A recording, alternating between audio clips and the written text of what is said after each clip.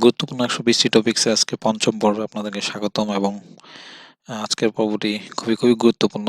বরাবরের মতোই পূর্বের যে পর্বগুলো ছিল, প্রথম যে ৪টা পর্ব ছিল, সেই ৪টা পর্বতে মোটামুটি আমি ৪৭টা টপিকস কভার করেছিলাম। ৪৭টা টপিকস থেকে মোটামুটি কমন যদি বলি আপনাদের, মোটামুটি প্রায় ৮৭ থেকে ৯০ প্লাস মাইনাস বলা যায়। মোটামুটি ৮৭ থেকে ৯০ প্লাস মাইনাস আপনাদের হচ্ছে আমি মার্কস কভার করেছিলাম। তো এখানে একটা ব্যাপার আছে, সেটা হচ্ছে যে ৪৭টা টপিকস আপনারা যদি ভালো করে পড়তে পারেন তাহলে মোটামুটি ৮৭ থেকে ৯০ প্রিপারেশন হয়ে যাবে আশা করি। এবং হচ্ছে খুবই গুরুত্বপূর্ণ, যেটা হচ্ছে ৪৬তম বিসিএস প্রিলিমিনারিকে টার্গেট করে ওই টপিকগুলো সাজানো। এবং আপনারা যদি ওই টপিকগুলো ভালো করে পড়তে পারেন তাহলে আশা করছি আমরা যে প্রিলিমিনারিতে আপনারা আশা করছি খুব ভালো একটা ফলাফল নিয়ে আসতে পারবেন এবং প্রিলি ক্র্যাক করতে পারবেন। এবং আপনাদেরকে প্রিলি ক্র্যাক করতে হলে প্রশ্ন যেরকমই হোক মোটামুটি আপনাদের টার্গেট থাকবে ১২০ প্লাস বা ২৫ পাওয়া। মোটামুটি ১২০ থেকে ২৫ পেলে আপনার মোটামুটি প্রশ্ন যেরকমই থাকুক মোটামুটি সেফ ধরা যায়। বিগত বিসিএস এর বিসিএস এর কথা চিন্তা করলে বিগত যে বিসিএস গুলো হয়েছে। তো ১২০টি টপিকসের আজকে পঞ্চম পর্ব এবং আপনারা যারা হচ্ছে নতুন তারা আগের যে ৪টি পর্ব আছে খুবই গুরুত্বপূর্ণ ওই টপিকগুলো, ওই পর্বগুলো, সেই পর্বগুলো আপনারা দেখে নেবেন। আমি পর্বগুলো লিঙ্ক ডিসক্রিপশনে দিয়ে দিব, প্লাস অন্য যেগুলো গুরুত্বপূর্ণ সেগুলো আমি দিয়ে দেওয়ার চেষ্টা করব। এবং আপনাদের অনেকের রিকোয়েস্ট যে পরীক্ষা যদি মার্চে হয়, মোটামুটি মার্চে হওয়ার সম্ভাবনাই বেশি।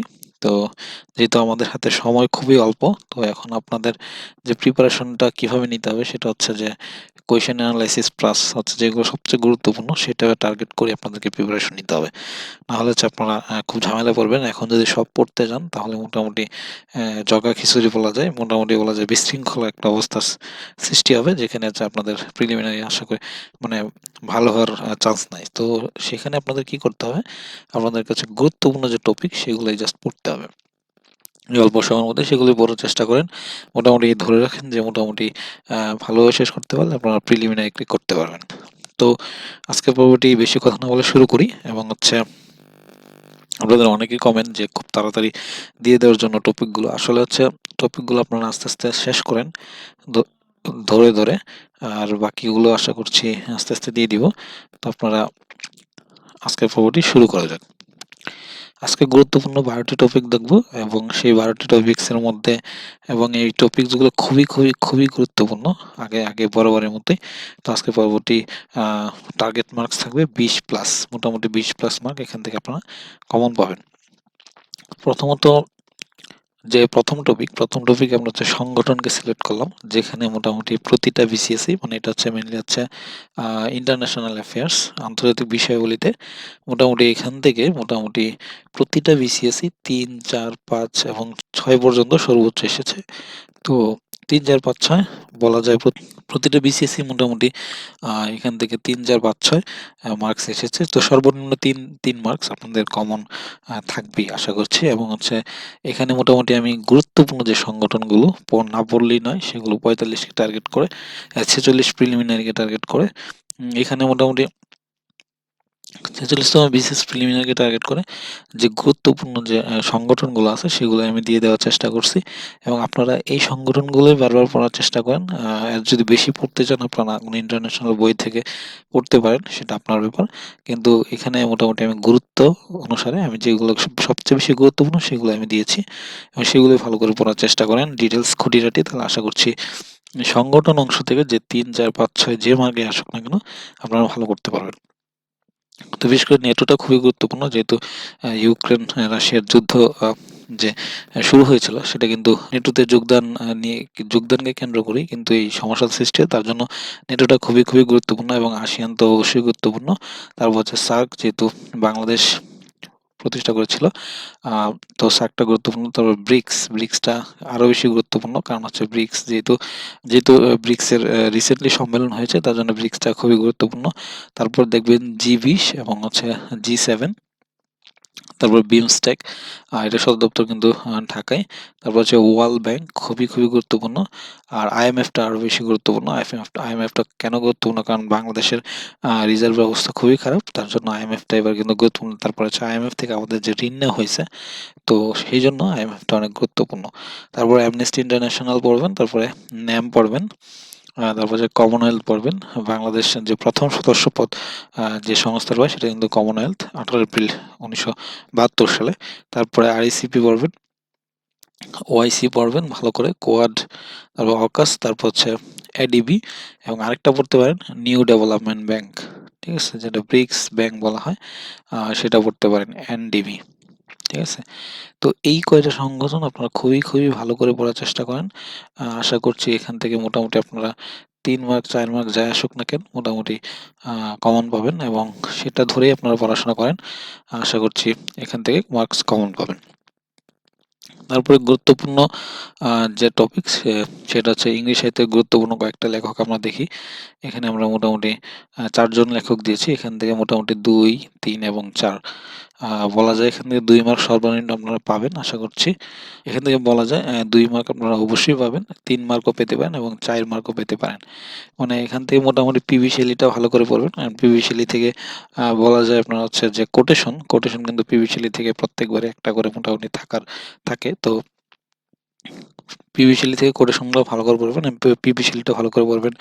রবার্ট ব্রাউনিং, তারপর হচ্ছে জন মিল্টন এবং চার্লস ডিকেনে 4 জন রাইটার পড়বেন, এবং এখান থেকে মোটামুটি আপনার হচ্ছে ডিটেলস তারা কোন যুগের সাহিত্যিক, এবং হচ্ছে তাদের যে গুরুত্বপূর্ণ সাহিত্যগুলো আছে। চার্লস ডিকেন্স যেমন হচ্ছে গ্রেট এক্সপেকটেশন, হ্যাঁ, যে গুরুত্বপূর্ণগুলো আছে। তারপর জন মিল্টনের যে 2টা আমাদের ইপিক মহাকাব্য আছে, যেটা হচ্ছে প্যারাডাইস লস্ট, প্যারাডাইস রিগাইন, এবং এই দুইটা মহাকাব্য এবং তার যে চরিত্র সেটা ভালো করে পড়ে নেবেন, এবং হচ্ছে রবার্ট ব্রাউনিংটাও পড়ে নেবেন। তারপর পিবি শেল তো বললাম, সেটা হচ্ছে যে আমাদের যে রোমান্টিক পিরিয়ডের গুরুত্বপূর্ণ একজন রাইটার পিবি শেলি। এবং রোমান্টিক পিরিয়ড 2 জন রাইটার ছিল, অ্যাস্ট্রিক ওল্ডিস, তারপর হচ্ছে উইলিয়াম ওয়ার্ডসওয়ার্থ, সেটা আমি আগেই দিয়ে দিয়েছি। তো এই কয়জন রাইটার খুবই গুরুত্বপূর্ণ। তো আপনার হচ্ছে মোটামুটি এখান থেকে 4 জন রাইটার পড়বেন, এবং এর আগে আমরা মোটামুটি আরও কয়েকজন রাইটার কভার করেছিলাম। তো মোটামুটি এখন পর্যন্ত প্রায় 8-10 জন, 8টা কি 7টা রাইটার আমরা কভার করছি। তো এই রাইটারগুলো পড়লে আপনারা মোটামুটি 6 থেকে 7 মার্ক ইজিলি কমন পাবেন, এবং আরও বেশি কমন পেতে পারেন। তো উইলিয়াম শেক্সপিয়র থেকে কিন্তু আমি বলছিলাম যে 3 মার্ক আপনারা মোটামুটি কমন পাবেন। তো বলা যায়, তো এভাবে টার্গেট করে এখন পড়া ছাড়া আপনাদের কোনো গতি নেই। সামনে যেহেতু আমাদের 46তম বিসিএস প্রিলিমিনারি মার্চে হওয়ার সম্ভাবনা খুবই বেশি, এবং হচ্ছে মোটামুটি বলা যায় 8 তারিখ মার্চের হওয়ার সম্ভাবনা আছে, এবং পিএসসিও বলে দিছে যে 8 তারিখ মানে 15 তারিখের আগে মোটামুটি আ 46তম বিসিএস প্রিলিমিনারি নেওয়ার একটা পরিকল্পনা পিএসসি অলরেডি প্রথম আলোকে বলছে। তো বলা যায় যে মোটামুটি তো এটাই বেশি গুরুত্বপূর্ণ। তো এখন হচ্ছে আমাদের এভাবে গুরুত্বপূর্ণ টপিক টার্গেট করে আপনাদেরকে পড়াশোনা করতে হবে। তো এইভাবে পড়াশোনা করেন, আশা করছি অনেক উপকৃত হবেন। এবং গুরুত্বপূর্ণ টপিকসের 3 নম্বর টপিকস হচ্ছে আমাদের identifying phrase and clause. Phrases and clause খুবই গুরুত্বপূর্ণ 46তম বিসিএস প্রিলিমিনারির জন্য। আপনারা কিভাবে আইডেন্টিফাই করবেন ফ্রেজগুলা, ফ্রেজগুলো কিভাবে আইডেন্টিফাই করতে হয়, বাজারে যে গ্রামার বইগুলো আছে সেখানে মোটামুটি দেখে নেবেন, সাথে বিগত বছরের প্রশ্নগুলো সলভ করে নেবেন। আশা করছি অনেক ওইখান থেকে মোটামুটি হয়ে যাবে। তো ফ্রেজ অ্যান্ড ক্লজ খুবই গুরুত্বপূর্ণ, পড়ে নেবেন। ফ্রেজ, নাউন ফ্রেজ, তারপর হচ্ছে অ্যাডজেক্টিভ ফ্রেজ, অ্যাডভার্ব ফ্রেজ, বিশেষ করে 3টা ফ্রেজ বেশি গুরুত্বপূর্ণ। তারপর ক্লজও কিন্তু এই 3টা বেশি, যে আমাদের সাবঅর্ডিনেট ক্লজ, তারপর হচ্ছে প্রিন্সিপাল ক্লজ। তার মধ্যে সাবঅর্ডিনেট ক্লজটার মধ্যে 3টা ভাগ আছে, নাউন ক্লজ, অ্যাডজেক্টিভ ক্লজ এবং হচ্ছে অ্যাডভার্ব ক্লজ। তো এই 3টা ভাগ বেশি গুরুত্বপূর্ণ, সেটা ভালো করে পড়ে নেওয়ার চেষ্টা করবেন। তো ফ্রেজ থেকে মোটামুটি 1 মার্ক আপনারা কমন পেতে পারেন 46তম বিসিএস প্রিলিমিনারিতে। তারপরে টপিক হচ্ছে right from verb. Right from verb থেকে আসলে 1 মার্ক না, এখান থেকে আসলে 2 মার্কও আসতে পারে। তো মোটামুটি 1-2 যাই হোক, মোটামুটি 1 মার্কস মিনিমাম আসবে, এবং হচ্ছে 2 মার্কও আপনাদের রাইট ফ্রম ভার্ব থেকে আসতে পারে। তো রাইট ফ্রম ভার্বসটা খুবই ভালো করে পড়বেন, এবং প্লাস বিগত বছর যে প্রশ্নগুলো আছে সেগুলো ভালো করে পড়ার চেষ্টা করেন। তো এইভাবে যদি পড়তে পারেন মোটামুটি ধরা যায় যে আপনাদের সামনে প্রিলিমিনারিতে আপনারা খুবই ভালো করতে পারবেন। তারপর হচ্ছে রেখাকোণ ত্রিভুজ, এটা হট টপিকসের মধ্যে একটা। আ 46তম বিসিএস প্রিলিমিনারির জন্য, কারণ রেখাকোণ ত্রিভুজ থেকে 45তম বিসিএস প্রিলিমিনারিতে মোটামুটি প্রশ্ন আসে নাই বলা যায়। তো রেখা রিলেটেড কোন রিলেটেড ওই চ্যাপ্টারটা মেনলি অনেক ইজি। তো সেই যে কোনো বাজারে যে কোনো বই থেকে আপনারা রেখাকোণ ত্রিভুজ চ্যাপ্টার যে বিগত বছর প্রশ্ন প্লাস বেসিক যে আইডিয়াগুলো আছে সেগুলো নিয়ে রাখবেন। তো আশা করছি এখান থেকেই মোটামুটি আপনারা 1 থেকে 2 মার্ক, 2 থেকে 3 মার্কও কমন আসতে পারে। তো 2 মার্ক আপনারা মিনিমাম কমন পাবেন আশা করছি। তো এই 2 মার্ক আপনারা এখান থেকে আশা করি পেয়ে যাবেন। আর আমি আগেই বলে নিই যে গুরুত্বপূর্ণ যে চ্যাপ্টারগুলো সেগুলো কিন্তু আমি অলরেডি দিয়ে দিছি। অলরেডি যে ১ম যে ৪ টা পর্ব, সেই ৪ টা পর্বতেও কিন্তু ম্যাথের যে গুরুত্বপূর্ণ চ্যাপ্টার যেগুলো থেকে প্রশ্ন হবেই ৪৬তম বিসিএস প্রিলিমিনারিতে, সেগুলো কিন্তু আমি অলরেডি দিয়ে দিয়েছি। আপনারা হয়তো খেয়াল করলে দেখবেন। তো আপনারা আগের যারা দেখেন নাই এরা আগের ভিডিওগুলো দেখে নিবেন। আশা করছি অনেক উপকৃত হবেন। তারপরে আমরা ৬ নম্বর টপিকস দেখব। ৬ নম্বর টপিকস হচ্ছে কম্পিউটার মেমোরি। কম্পিউটার মেমোরির মধ্যে মোটামুটি আপনাদের হচ্ছে ১ মার্কস কমন আসার সম্ভাবনা আছে। তো এখানে মোটামুটি র্যাম, র্যান্ডম অ্যাক্সেস মেমোরি, আ তারপর হচ্ছে রম, রিড অনলি মেমোরি, তারপরে এমরম, পিরম, তারপর হচ্ছে ইপিরম যেগুলো আছে, আ ইলাবোরেটলি যেগুলো হচ্ছে আপনাদের আ ফর্ম সহ, আপনাদের এটা ফুল ফর্ম সহ জেনে নিবেন। এগুলার র্যাম, রম, এমরম, পিরম কোনটার কি কাজ সেটা খুবই ভালো করে মেমোরি পড়ে নিবেন। এবং হচ্ছে কম্পিউটার যে প্রাইমারি মেমোরি এইগুলা যে র্যাম, রম এবং হচ্ছে সেকেন্ডারি মেমোরি, এই মেমোরি যে পার্টটা আছে সেকেন্ডারি মেমোরি, যেগুলো সহায়ক যে মেমোরিগুলো আছে সেগুলো খুবই ভালো করে পড়ে নিবেন। এখান থেকে মোটামুটি আপনারা ১ মার্ক কমন পাবেন আশা করছি, এবং এটা আসার সম্ভাবনা খুবই বেশি।